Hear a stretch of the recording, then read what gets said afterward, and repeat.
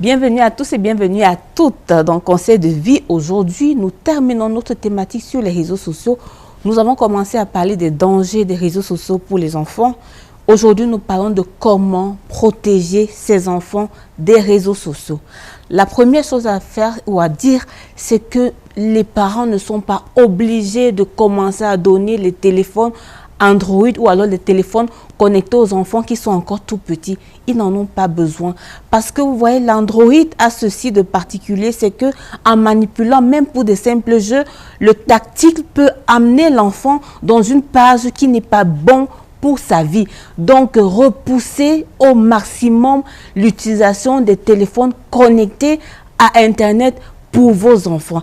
Et vraiment, si vous voulez rester connecté avec vos enfants, un téléphone à la maison, vous pouvez utiliser un téléphone simple qui ne soit pas connecté à Internet, c'est important. Une autre astuce qui soit vraiment importante, c'est de commencer à préparer les enfants sur les risques des réseaux sociaux parce que c'est évident qu'ils ne vont pas être indéfiniment éloignés. Donc, il faut commencer à les préparer sur ce qui peut être une insécurité pour eux dans ces réseaux sociaux parce que vous savez très bien que quand ils vont avoir une certaine maturité que vous, le parent, pourrez facilement identifier, vous allez leur permettre d'avoir des téléphones Android. Et donc, la préparation est importante parce que l'enfant, en entrant dans ce milieu, aura déjà été averti par son parent et il sera plus prudent dans sa manipulation de cet outil Internet. Un autre aspect, c'est de pouvoir toujours contrôler l'enfant. Il faut vérifier que l'utilisation d'Internet par l'enfant ne se fait pas de manière illimitée. Il faut bien organiser ça.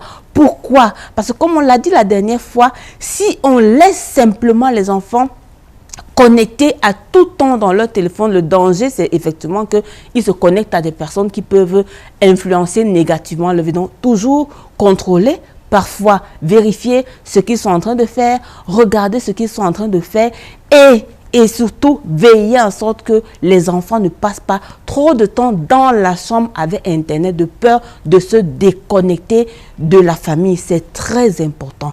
Alors, travaillez pour développer la relation de confiance avec vos enfants, la relation de communication et surtout la transparence.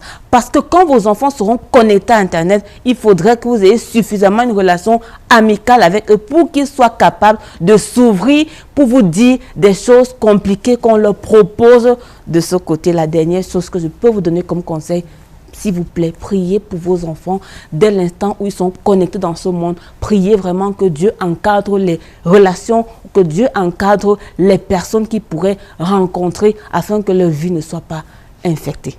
À très bientôt.